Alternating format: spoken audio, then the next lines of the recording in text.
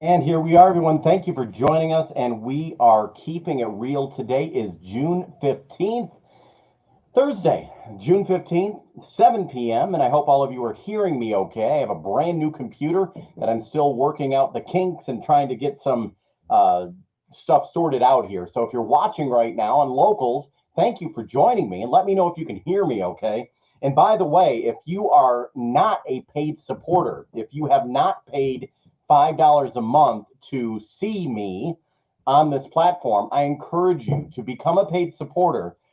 By being a paid supporter, you are able to watch all of my content, you're able to comment, you're able to post, and there's no algorithm, there's no censorship. It's great to do. Leave Facebook, leave Twitter, come here on Locals, and let's be part of it all. So tonight we're going to be talking about masks. This is interesting. You were told so much in the beginning about masks. But now I'm going to be talking to someone, you're going to hear from her coming up right now about masks. That's going to come up in just a little bit, actually. But I want to play for you and tell you something that is going on in the media. And it's very interesting. There is a big controversy happening in Grand Rapids, Michigan. And I want to get all of your opinion on this. There is a television station in Grand Rapids, Michigan. And this television station is facing a lot of backlash from a lot of people because I'm going to try to bring it up on the screen here and show you exactly what I'm talking about. Let me bring this up here if I can. And a lot of you it's involving wood. Oh, hold on. What did I do? What did I do? Oh, made a mistake, I thought. Involving Wood TV in Grand Rapids. Now, for those of you who are not in Grand Rapids, let me bring this up on the screen right here and try to see if I can find this. Okay, here we go. Take a look at your screen right now, everyone, and you should be taking a look at Wood TV in Grand Rapids. They are under fire for an internal memo calling for less LGBTQ pride coverage. So the west side of Michigan is a conservative area, and apparently the management at this television station put out a memo, and the memo said that they, should not be covering all of the pride events, or I guess overdoing it. And this got leaked out, and people are not happy. The memo said that, well, let me read it to you actually right here, and it says, "We know that West Michigan is conservative. The Wood TV memo said, according to the desk.net, this is a website that covers the media. It says, we need to recognize that some stories related to LGBTQ issues are going to be controversial and polarizing in our community. The company is looking into the situation. The communication regarding the station's coverage of Pride events is not consistent with Nexstar's values." So the company is Nexstar. And I just want to know what you think about this. In the media, it's a fine line of what you cover. And, I have absolutely no problem covering anything like this. Pride events, Christmas, Easter, whatever it may be. I've even covered, stories of when the Klan has come to town. Now, I absolutely find it disgusting and horrible, stories like that. But I think there's still stories that need to be told. But I want to know what you think about this. Should the station in Grand Rapids back off when it comes to their coverage of fewer LGBTQ events? And is this really the truth about what happened? A lot of times when stuff gets in the media, we really don't know the truth. This is according to the Detroit Free Press. Is this real? I don't know. I don't work in the newsroom. But a lot of people are calling this station out, not happy with what's going on. So I also want to get to something to tell you about that is happening in Hamtramck. Now, the city of Hamtramck, it's a suburb of Detroit. It's actually surrounded by Detroit. They have banned any flags other than the United States flag and the city of Hamtramck flag. State of Michigan flag is allowed as well, I believe. But they have banned any religious flags, Black Lives Matter, LGBTQ flags, but the media has come out saying the headlines are that they are banning LGBTQ flags, and they are, but they're banning any religious flags or any organization flags. So I want to play for you what was said at the meeting in Hamtramck right now. Take a listen to this in public comment. I relocated from California to Hamtramck. That's really far away, and I did it because I thought it was a diverse community. I knew this was a diverse city unlike anywhere in the world, and now I'm questioning whether it is that diverse city. The city should reflect the community, and this resolution does not. That the government that I'm going for and fighting for is one that not only allows the oppressed people and different things, but actually teaches them the history and leads people to stand up to this kind of BS. No respect to you at all for even bringing this here. Go Trump! Why are you acting as a victim if your flag is not flown in the city hall or in the public spaces? That shouldn't cause an issue, because other groups are acting like victims because they want their flags to be raised there. And like we said, we don't want to open the doors for any other groups to come and ask us for raising flags that you don't like or you may not like. And then we will look, it's gonna be like a mess. So I want to know what you think about that. Hamtramck, basically the media is painting as if they're anti-LGBTQ, and many of them are saying they're not. But they do not want to get involved in any controversy, so they're not going to be flying that flag, BLM, any Christian flags, any Muslim flags. They are not going to fly any flags except the United States, the state of Michigan, and the city of Hamtramck. What do you think about that? Are they being homophobic? Are they being racist? Or are they doing the right thing? Let me know what you think. Like I said, my job's a journalist. I'm giving you the information, not my job to give my opinion as to what's going down. But someone said it, JF Peterson, what's up? How many people are watching, by the way, right now? It never tells me on my screen how many people are watching. It'd be really interesting to see how many are watching right now. So that's what's happening in Hamtramck. And it's mostly that area, part of Detroit, has the biggest Muslim population outside of the Middle East. So their values and culture, obviously, do not support that. But it's been it's been a big controversial issue that's been happening, and it's happening right now in Hamtramck. So we're going to switch over to the issue right now of masks. Kristen Megan, her whole life basically has dealt with. She's an industrial hygienist. Now that's not someone.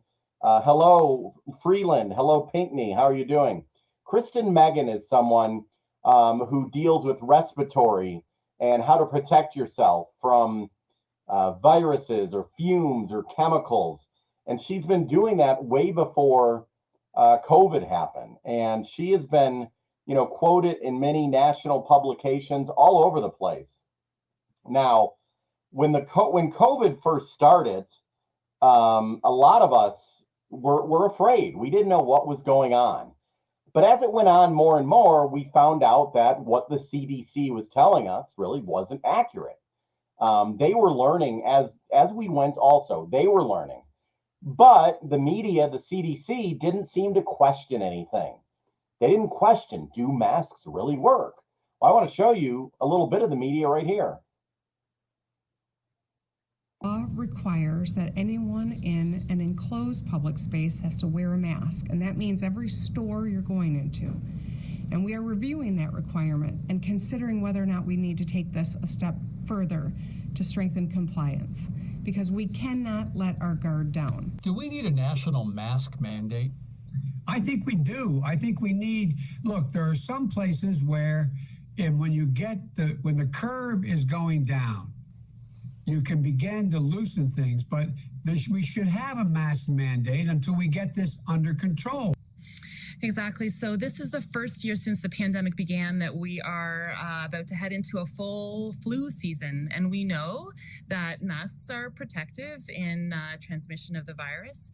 Ontario's doctors have been clear since the onset, even though it was officially dropped, the mask mandate, that masks are recommended. Morning, it's back to school and back to masking for hundreds of thousands of American students. Carl had RSV. I've had COVID myself. He has a cough now, so we're dealing with it. In cities like Philadelphia, Boston, Camden, and Patterson in New Jersey, schools are once again asking kids to temporarily cover up their faces. We think we're making the right decision, notwithstanding what other school districts across the country may or may not be doing. Calls for masking up are growing again as COVID and other seasonal illnesses see unusually high spikes. New York City's health department Friday recommended everyone wear high-quality face coverings when indoors or in crowded areas. A triple-demic of respiratory viruses has the CDC asking everyone to start masking up again indoors. Good evening. I'm Julie Hayner. So there you go. That was the media. That was just, it only took me about 5 minutes to come up with that clip. The media just pushing masks, masks, masks. But you know what? The media never asked, did they work? Did they really work? And the person that knows about this is Kristen Megan. Her job, her whole job is to protect people when it comes to, masks. And I interviewed her, and it's about a 24-minute interview. And you may have seen her on TV before. Now, the media, the government, they've come after her. She's been taken off Twitter. She's been taken off Facebook. She's been taken off Instagram and YouTube. And some people call her a radical or an extremist. But guess what? She knows what she's talking about. Okay? And I'm not saying I'm anti-mask or anti-vaccine. My job as a journalist is to question everything. And the masks were not questioned during the pandemic. And they're not even questioned now by many. Some people I still see wearing masks. Some people wear a mask if you want. That's fine.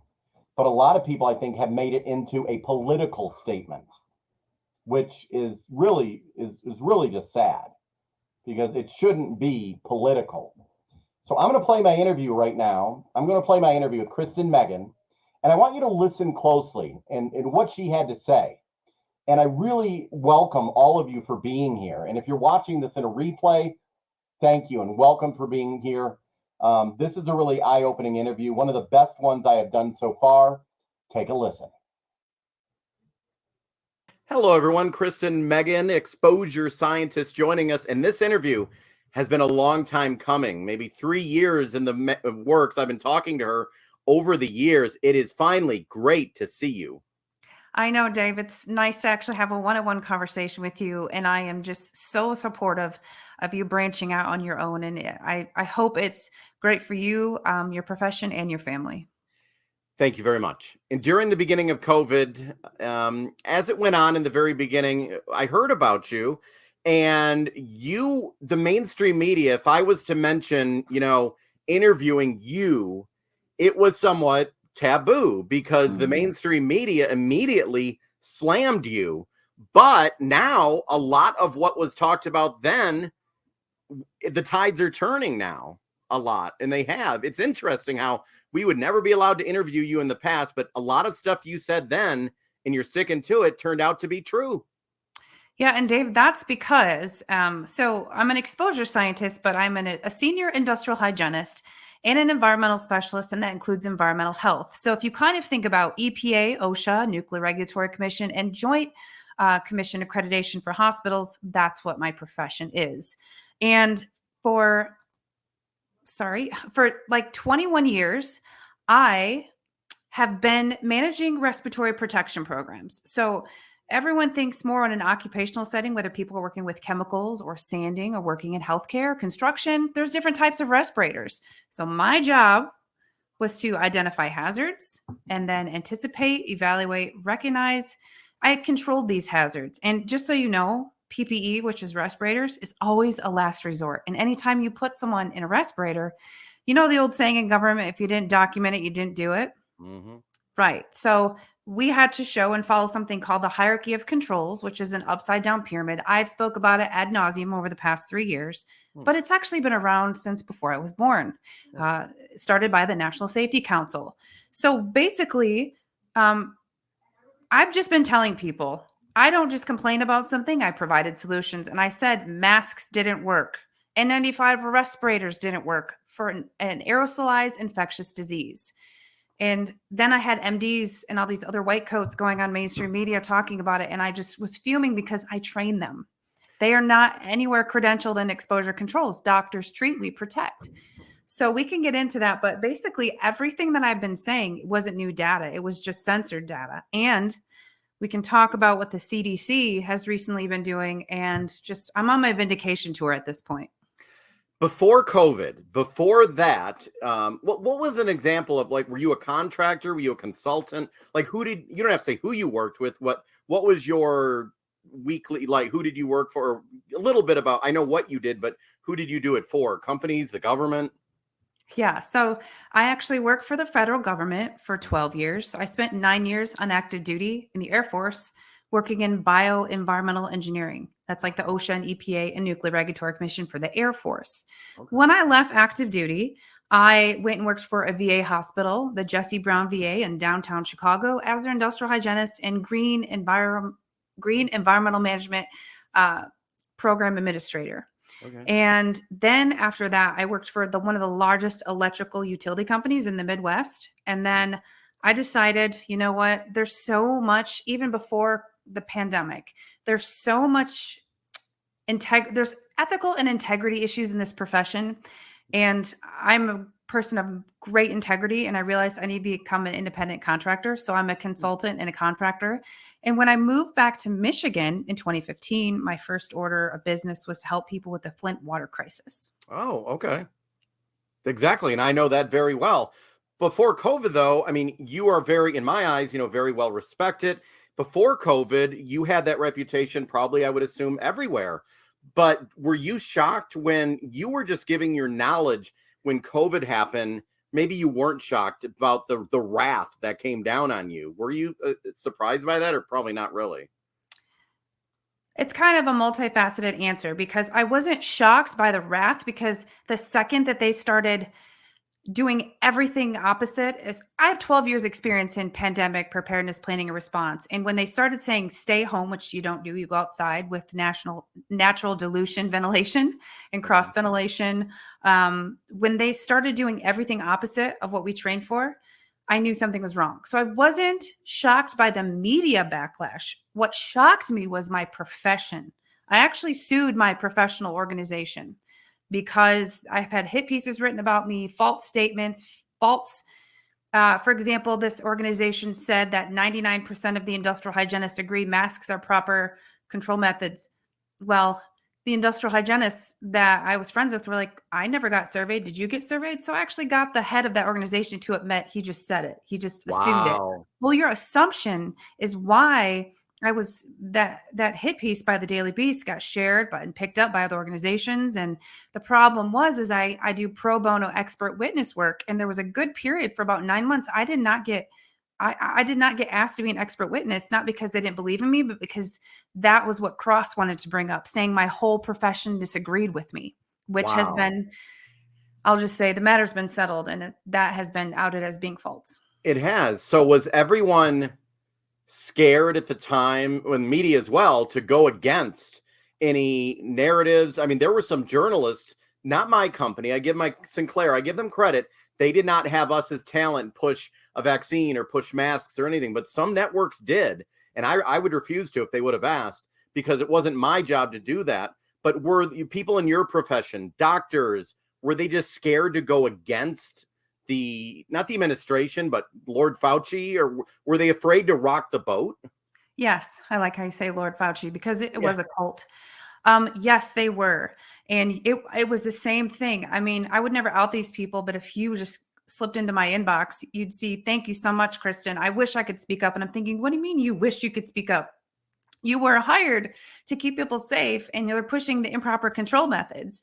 And the thing is doctors know, But when you say doctors, what we really need to ask is where were the doctors that actually deal with PPE and its demand on the body and deal with medical clearances for respirators? It's occupational health docs and nurse practitioners that are credentialed in OC Health. We call them OC docs. Where were they? Because I've only met one and she had worked for the Army. So the problem is a lot of IHs work for the government or they work for such large businesses. If these large businesses didn't comply, they lost their funding. It was a rabbit hole of just fear. And I am not actually judging some of them because I understood what they had on the line. And I just appreciated that they had their support. Yeah. But at the same time, I was going to say, I would have liked to quit my job at the time when I would have liked to have you on. You were not seeing the media questioning, okay, wear a mask. But okay, well, what actually comes through the mask? How much are you protecting? You didn't see any of those questions. And it was so simple. The thing is that masks are only designed for nuisance dusts and large droplets of liquid bacterias like spit and sputum. That is it. Anyone that wore a mask, you saw it here, you saw it here, and you saw it here. And the thing is, when you're talking about covering the face, anything that has greater than 3% leakage renders it useless. Well, mask had about a 10.5% leakage, useless. And then another thing is that when you cover your face and mouth, you naturally increase your respiration rates. So when people put on these masks and they went into places thinking they were protected, what happened? So now the aerosols are just coming in quicker. And then it impeded the gaseous exchanges. And then that's probably a whole nother episode. I've been on the media tour talking about this for 3 years, but prolonged mask wearing impedes your immune system. And the biggest crime other than masking children was masking respirators in an occupational setting. The number one denier was being pregnant. And we had women giving birth in these masks because there were studies of stillbirths. There were studies of impacting fetal metabolic weight. When women were actually the process of giving birth, they were wearing a mask. Yes. Like as the baby was coming out and pushing, they had to wear a mask. Yes. So imagine, Dave, I understand we're in a ever-changing world, but last I checked, you can't give birth. So you don't understand how we breathe. I know you have children, your wife probably. Yeah. So you're like breathing heavy as you're having contractions. And what's sad is I actually was watching footage of someone that had no problem wearing the mask apparently, but they were breathing so heavy. I saw the mask actually going inside of their mouth because it was like sucking. And then you have moisture. Then when you have moisture, it's a breeding ground for bacteria. So actually it was on our friend Justin Barclay's show in 2020. I went on his show and said, this is horrible. This is mass criminal negligence. We don't mask our children. We don't mask everyday people. There's medical reasons people can't wear them. And I had doctors going on mainstream media saying there's no medical reason you can't wear a mask. And I'm thinking, what have I been doing now for 2 decades? Fielding those medical exemptions. So the messaging was so off, but I want your viewers to know I wasn't just screaming for 3 years, masks didn't work. I was following that hierarchy of controls. And one thing I think most people in media don't know, OSHA is a public health agency and their standards are enforceable by law. That's how they can find businesses. Yep. Do you know, as the industrial hygienist for a company or a consultant, if I'm managing a program, I have to reduce exposures to harmful agents, intoxicants in the workplace by 90%. That is considered a safe level, 90% risk reduction. So mask provided a less than 1% risk reduction. We've had through something called ASHRAE standards. It's a air conditioning, a heating, ventilation standard called a consensus standard that gave you guidance on how many cubic feet per minute, air exchangers, dampers, engineering controls, dilution destruction technologies, ionizers. I have something in my home, no plug, don't get any money. It's called the iWave Air, $400 on Amazon. It will kill, I believe, 90% of mold, viruses, and bacteria. We could have given people money instead of the stimmies. And there was a way to handle this, although you can't outrun a virus. Most people got sick at home. The thing is, you're not the only other studies have come out saying exactly, you're not the only one right now saying this. Now it's all starting to come out and people are upset. They're like, okay, now, and I think there's been studies now, the public opinion now has finally changed. People like they look back at that time and they're like, what the hell were we doing? And, you know, I just want to reiterate, I'm not special. I'm just loud about this. And I actually, most industrial hygienists, we have 15 disciplines in our profession, which one is fetal protection, by the way, which is why I know so much about what it does to the fetus when you're wearing a mask or respirator. But I was saying, you know, this is improper. And by the way, when you wear a mask longer than 2 hours and don't change it out, these are the symptoms you'll have. And I actually have text messages where I was texting Dr. Peter McCullough, an internist and cardiologist, and some nurse friends. I said, not a doctor. What is your opinion? All that I'm seeing about long COVID mimics the impacts of improper gaseous exchanges that I've done case studies on for years, especially for pregnant women. They're like, you know, I know long COVID can be a thing, but I think you're right. I think a lot of long COVID is from prolonged mask wearing. Then a month later comes out the study called MEIS, mask-induced exhaustion syndrome. Wow. I mean, I've just been doing this since 2002. I was about to say, has the government, have they learned their lesson? But then I see tomorrow, I think there's an event at the White House and they're asking the participants to mask up. Maybe. Which makes no sense because they ended the pandemic emergency. And here's the irony. So if you've been paying attention to the issue with the wildfires in Canada, once again, we have the CDC telling people and Dr. Oz, you know, a mask is better than nothing, which is untrue. But N95 respirators are not for wildfires. And the CDC was putting out guidance saying, although there's no NIOSH, which stands for the National Institute of Occupational Safety and Health, it's a sub agency of the CDC. NIOSH has never made or approved a respirator for children. But I understand in an emergent situation, we can bypass that, right? But N95 respirators do not filter out smoke. You want to know why? Because 0.3 microns is the lowest level that an N95 respirator can go down to. Wildfire smoke is 0.4 to 0.7. So on face value, you're like, oh, it will work. Except it's only for particulates. There are gases and vapors in wildfire smoke. It does not protect you from gases and vapors. But here is the real kicker. The CDC said, if you're going to wear an N95 respirator and you have previous health history involving issues with cardiac and respiratory health, please consult a doctor. Did you hear that at all during the pandemic? Because I saw Meijer having tables, CVS, they just had these N95 respirators on a table, by the way, which were having little aerosols land on them and they're already contaminated. I about fell out of my chair and thought, thank you, CDC. You're good at one thing. You're consistent at being inconsistent. Well, that is true. Wow. So where do we... It seems like, let me bring up something on the screen right now that you talked about recently. And it seems like the AG in Missouri that the federal government had a hard time convincing a judge last week that it hadn't been working with coercing social media companies to censor free speech. And it came with masks and COVID and everything. And that's one reason why I'm here on Locals. Were you banned or taken off any of the platforms? You probably were, right? Yes, I actually... August 19th, 2020, may she rest in peace. I was just coming off my fifth or sixth interview with Justin Barclay, and I got off and I went to go share on my Facebook and my account was banned and I couldn't appeal it because at that time there was not enough employees to review it. I had never, quote, in my years of having Facebook since 2007, never been in Facebook jail at all. Never. And I had been talking about vaccines and you name it, never. I talk about mass networking with solutions, by the way. I gave solutions and I was taken down. So luckily, I had already had a backup account. So I recovered some people, but I had 78,000 followers on that account, which is how I got a lot of my contract work. So it really affected my bottom line. Wow. One of the last questions, but do you think are people waking up? Do they realize now because...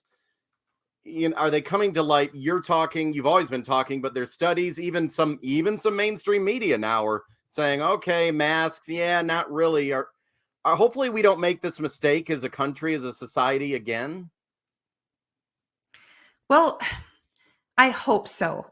And I always say it's not the mistakes we make, it's what we do about them. So I got it, even though it's better late than never. The CDC came around about 2 months ago and started putting an emphasis on indoor air quality with engineering controls. And they talked about those air exchanges I told you, the ASHRAE standards. And I thought, well, that's what we needed from day one. So they're now, I think, because people are becoming less compliant with mask wearing, they're coming out with those engineering controls we always needed, which should always be around during cold and flu season anyway. Well, But I'm going to admit my wife just walked down here, and during the beginning of the pandemic, I will admit it, she was freaked like in the first couple weeks. I mean, I was working in the media, and we were cleaning for a little while our groceries down, and I'm like, okay, this is insane. It just didn't seem right, but it frustrates me that we did not ask you the questions, or not just you, but others like you. Just the media, there was no critical thinking whatsoever. that's just because that was on purpose. So when you deal with a pandemic response team, the key players in pandemic response are industrial hygienists. We're actually the ones that identify the hazard and the route of entry and exposure. And it was aerosol scientists with engineers and industrial hygienists that found out it was actually airborne and aerosolized. And, you can't blame yourself for that because there was so much heavy media coverage of the gas pumps and the contact hazard, but it wasn't fomite transmission. The only fomite transition was when people touched their masks and were moving them down every 5 seconds. Any of the aerosols that got trapped in moisture just re-aerosolized. So when I tell people that masks created greater hazard, and those that were actually wearing masks without any training and not changing them out every 2 hours, even though they didn't work, they were creating the greater hazard for the rest of us, and they were causing a harm to themselves, increasing their viral load. I was more sick because I was a news anchor. I wore makeup, and they had me wear a mask while my makeup was on in the newsroom. So I was supposed to have changed that I was wearing the same mask for 2 days at a time. So that was hurting me more than anything, especially with the makeup. Anytime you touch it, you have to change it out. Anytime. How many times did we see Scott Gottlieb, Fauci, Birx go onto that podium? I used to go to a lot of school boards and county commission meetings, and even the providers that spoke pro-mask, I called them out. I'd bring up a little Lysol wipe and call them super spreaders because they went like this, then they touched the microphone. I'm like, universal precautions and cross-contamination is a huge part of training. Who do you think gives that in hospital settings? How good are the ones? You go to the hospital, you're in the air. What the doctors wear? Those are the RN90, or what are those? Those are okay. So there's a whole bunch of face masks. Then there's surgical masks, and then you go into N95, and there's medical N95s and industrial N95s. Oh, okay. Yep. So there's variations. Mm-hmm. And just so you know, when it comes to N95 respirators, unlike masks are usually just one size fits all. N95 respirators are small, medium, and large. So even let's say the government actually believed that these respirators worked, they didn't tell people, hey, there's different sizes. So one day someone's in a medium with a large, and though N95s work through electrostatic charge and they lose their charge, that's why they're only for one-time use.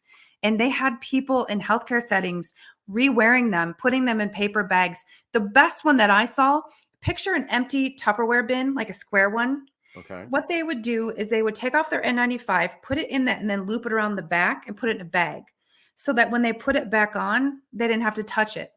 But it's already contaminated. These healthcare workers were reinfecting themselves. It violated all infection protocol. Yeah, and this is not protocol that came up during COVID. This is something you had been you'd been preaching, and it wasn't controversial before COVID with you, correct? I mean, this was just the norm. This was just the norm of your profession. Yeah, I worked in hospitals for 12 years, and for new hire training, annual training for every single person in healthcare, I would have them in exposure groups. So some people, the only people I had in N95 respirators were people that worked in patient floors or worked in called environmental engineering. That was more like the respected term for the janitors, the cleaning staff. They would have, and they knew to change it. They had to get fit tested, medically cleared. You had to be clean shaven. All of this claim of the efficacy of N95 respirators was based on, at a minimum, a fit test, which showed the seal No one got a fit test outside of healthcare. And then even during the pandemic, they skipped the fit tests that were needed annually, which is done because people can lose or gain weight, have dental work that changes the shape of their face. And the only thing that they exempted was the annual, but still for initial. So OSHA actually put healthcare employees at a greater risk by violating their own standards. Now that you think of it real quick, and I'll let you go in a minute here, but I have a CPAP at night, and it has to be like fitted perfectly. And if it moves, there's a little seep of air coming out. So I was thinking, is that kind of similar? It has to be. Yes. And I'm sure you have like a cleaning system, correct? Oh, yeah. Why? Because you have moisture and a build of bacteria and you can get mold. Yeah. Mhm. Wow. Last question. What are we hoping people, I know people who admitted to me, they said, oh, I was taken. I was taken by the hype. I was taken by the media. What are you hoping now that people will take from this?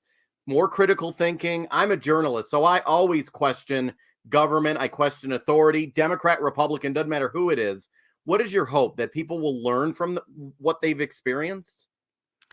I think that people will learn to not politicize reactive issues, whether it's a wildfire, a natural disaster, stop politicizing it. And what the media needs to do is before they, vet their guests, make sure that the guest you have on is actually a subject matter expert, because not a single doctor I've ever met, one who happens to be an MD and an industrial hygienist, no doctors are the subject matter experts on exposure controls. That is specifically my profession. The problem is people didn't know what our profession was. They need to make sure that they're having people talk about things that are inside their lane. If we had a non-government employed, and I say that because working for the government, you can be told what you can and cannot do. I know. Oh, yeah. So we needed non-government industrial hygienists on these COVID-19 task force because, again, we are the key players. And that's actually through the government's own manuals. Yeah. Well, I appreciate you. Thank you so much for spending the time. No problem, Dave. Wow. Well, what do you think about that? What do you think about that? What do you think about masks now? Did you know about all of that? I mean, I feel as if I was taken by the government and by the media, and I was part of the media at the time. We didn't ask the tough questions that we should have, and we weren't allowed to. My managers at the TV station and at my company would not have allowed me to ask those questions, which I think is pretty sad. Honestly, pretty sad. Because when anything happens, you need to question the officials and question the narrative. And no one was allowed to question anything. And if you did, you were taken off Facebook or taken off Twitter. That's bullshit. That is bullshit. Honestly.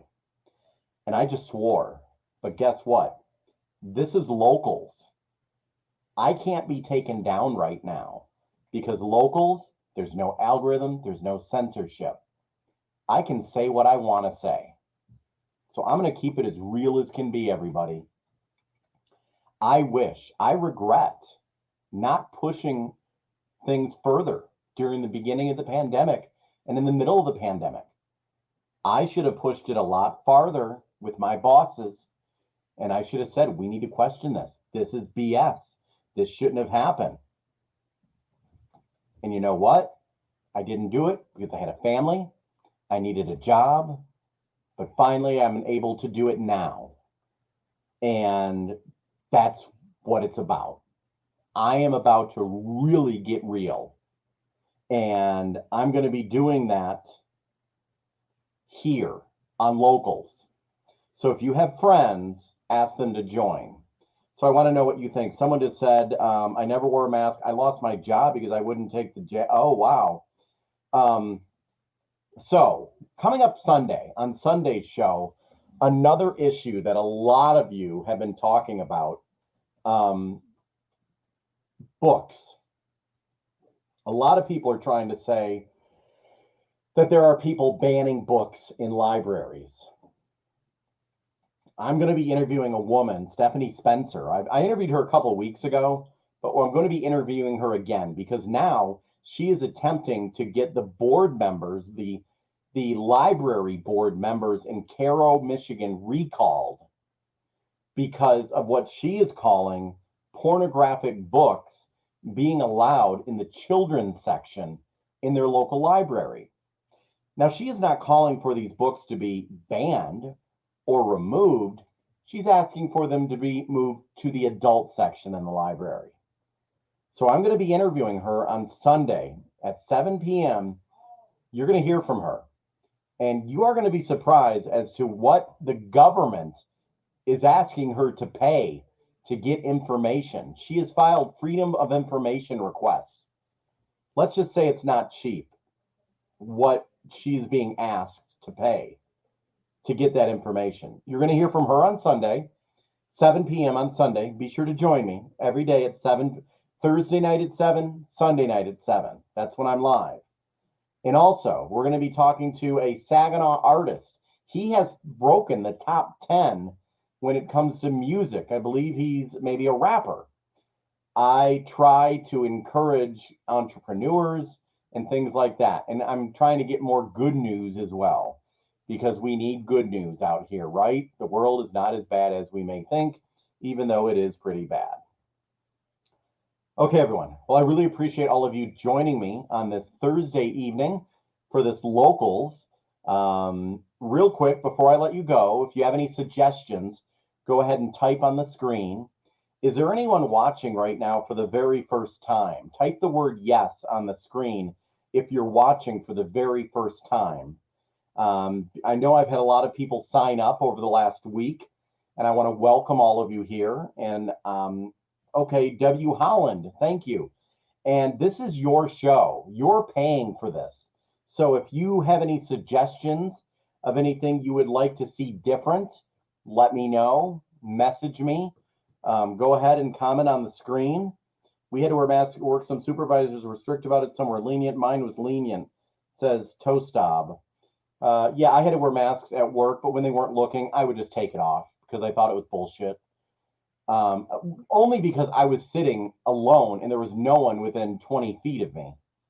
So, you know, there's that as well. So I'm going to let you go, everyone. I really appreciate all of you. Thank you for joining me. I see there's some people typing right now, so I'm not going to go. I'm going to allow you to type. Let me see your comments. W. Holland says thanks. Debbie says have a good night. Have a good night to you as well, Debbie. And for those of you who might be watching this in a replay form, I welcome you to message me any messages you may have. My daughter works in a doctor's office. She was dizzy quite a bit. Masks don't work to keep you safe, but they do work as control and humiliate you. Tessie. Hey, Tessie, where are you watching from, Tessie? Oh, it's T Bear Cup. Bear Up. Oh, hey, T Bear Up, what's up? You're watching from Reese. Thank you for joining, Tessie. I really appreciate it. I hope you can tell your friends about this. If you have any friends who like what I do, you know, and I'm trying to help my independent journalism, if you can share this video out. Oh, Goodrich, okay. If you can share this video with your friends on the screen, I don't even know how many people are watching right now because it doesn't tell me, but there is a share button or a little paper airplane button or a share button on the screen right now. If you can hit that share button and post it on your Twitter, your Facebook, and tell your friends to join in. Because right now I have about a couple hundred paid supporters. I would like to have a lot more because I would like to be able to tell the truth, tell it like it should be without being worried about any Facebook or Twitter or Instagram blocking me, because you're not blocked here on Locals. And that's what I really like. So we had a lot today that we talked about. We talked about masks. We talked about the flag situation in Hamtramck and about how the media is really continuing to try to manipulate things. I'm going to let you go, everyone. Thank you so much for joining me. Stay here on Locals. Let your friends know. The more paid supporters I get, the more I will be able to expand my show. If I am able to get to 2,000 paid supporters, I will think about doing a show possibly every night. So just let me know what you think. Message me, share this out. I'm doing this out of the bottom of my heart, everybody. This is personal to me. So I'm going to talk to all of you later. Cindy, 48647. That must be your zip code, Cindy. I am going to talk to all of you later. Thank you very much for watching. Have a good night, everyone.